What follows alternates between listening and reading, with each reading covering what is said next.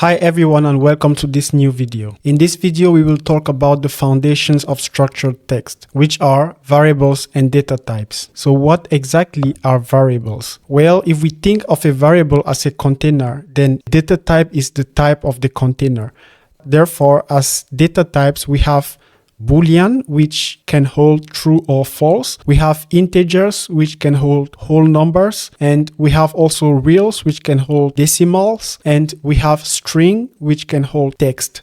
Depending on the type of value that you would like to store, you need to know which data type to use. These are some basic data types and their boundaries, and you would see this on the Infosys website. I took a screenshot from there, and I will also link it in the description. It is also important to know the size of a data type, because when you're using a variable or when you're using a data type, you don't want to exceed the size. So that said, we will now move to a practical example where we are going to see how to declare and use variables in TwinCAT 3. The first thing we have to do to use variables is to declare the variables. And declaring the variables, you declare them in this region. So in between the var and nvar, so you declare, I will start by declaring a bool. So I will write b start, which would be like to start a process, for example. And to say it's a bool, I put the colon and bool, and the variable is declared. So I can also, if I want, but this is optional, I can put the starting value, for example, false. So, and then I end the declaration with a semicolon. And the comment is like this, to write a comment. So it's the two strokes. And then I would maybe comment here, this is a bool variable. And the next variable that we need is a counter. I will call it iCounter. You can call it what you want, but I call it like this. Again, I put the colon and I would say int because it's an integer. And I would put a default value of 12 and with the semicolon to say that the declaration is finished. So this is an int. And the next variable that we need is a real. And for example, in this case, I would say it's a speed. So it's the speed of your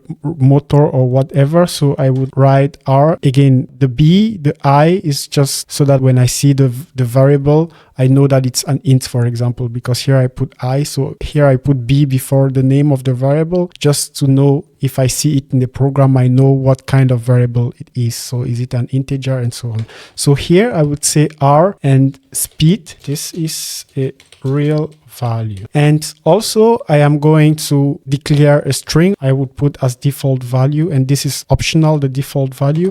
If you don't want to put any default value, you can just do it like this and the declaration is terminated, is finished. So, but I would put the default value of hello. Also, one thing, as you have noticed, is that strings are with quotes. So before the strings, you have the string, you have to open the quote, and at the end, you have to close the quote. And now let's see the variables in action. So I would simply increment the counter, the iCounter. So I would say iCounter equal to iCounter plus 1. And this is how you terminate your statement. So with the semicolon. And for the speed, I'm going to multiply this. So I would say R speed is equal to R speed times. So the multiplication is with the star times 1.1, for example. And for the text, I would say I would use an if statement. So I would say if B start, then into the S message, we would write the motor, for example, is running. And I would use also an else into S message. The motor has stop. I end with the semicolon. And now that I finished, so basically what the program does is we have the iCounter, which we are just incrementing. And like I said, when you're doing something like this, it's not the best thing to do, because you need to make sure that you don't exceed the value of the integer with this. So what is the program doing? We are just incrementing the integer, which is the counter. We are just adding 1 every time. For the speed, we are also kind of increasing the value because we are multiplying it by 1.1. So it's going to increase also. And for the Boolean, we say if the Boolean is true, so we say the motor is running, or else when the Boolean, or if the Boolean is false, we say in the message, we change the string in the message and say that the motor has stopped. And now we build to make sure that there is no error in our program. So I build and we see the output. I bring this so we can see the output, and there's no error. It said 0 failed and 2 succeeded. So now I go online for the simulation. I press this to go online. It says the application doesn't exist on the port. I say yes, update the application. Now it's not started, so I press here to start, and we see how our integer is increasing and our speed is also increasing. And now we see here that the bool or the message that we are having is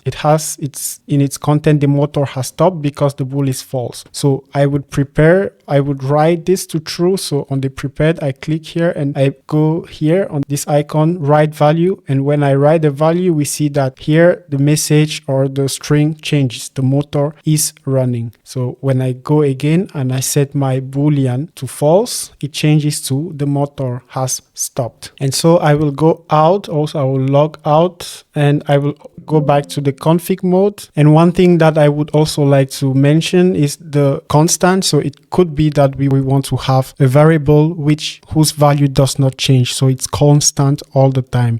And for that, we need to use the keyword, or for the variable, we say var. We need to put the variable. So we say var constant, and directly when I hit enter, it says end var. So here for the constant, I would say, for example, r. So it's a real maximum speed, and this would be a real. And I would give an initial value or a constant value of 1200. Here I can say if r speed is less than or equal to the r maximum speed, else r speed equal to 1. So, and this means that if the speed is more than the maximum speed, we put back the speed to be 1. So, and I would go online, and it's going to compile first to make sure that there's no errors before it goes online. And now it goes online. Yes. And we see our maximum speed. And when I start the simulation, we see that it's just turning around, because for the maximum speed is 1200, and here every time it reaches 1200, it goes back again to 1, and the process continues. And like we see, the r speed here is a constant, and we see this with the c, and constants cannot be modified during runtime. And I would also like to mention that you can declare variables in different places. We saw how to declare local variables because these variables are locally only in this function or in this function block. So in this case, it's only in the main, and you cannot use these variables elsewhere. However, there's the possibility of creating global variables where you can use in the whole program or every part of your program, and this we would see in some future videos. Now a quick recap. In this video, we saw how to declare and use variables and basic data types. For example, bool, int, real, and string. These basics are the building blocks of structured text programming. In the next video, we will see how to control the flow of our program using if statements, loops, and so on. Thanks for watching, and I'll see you in the next video.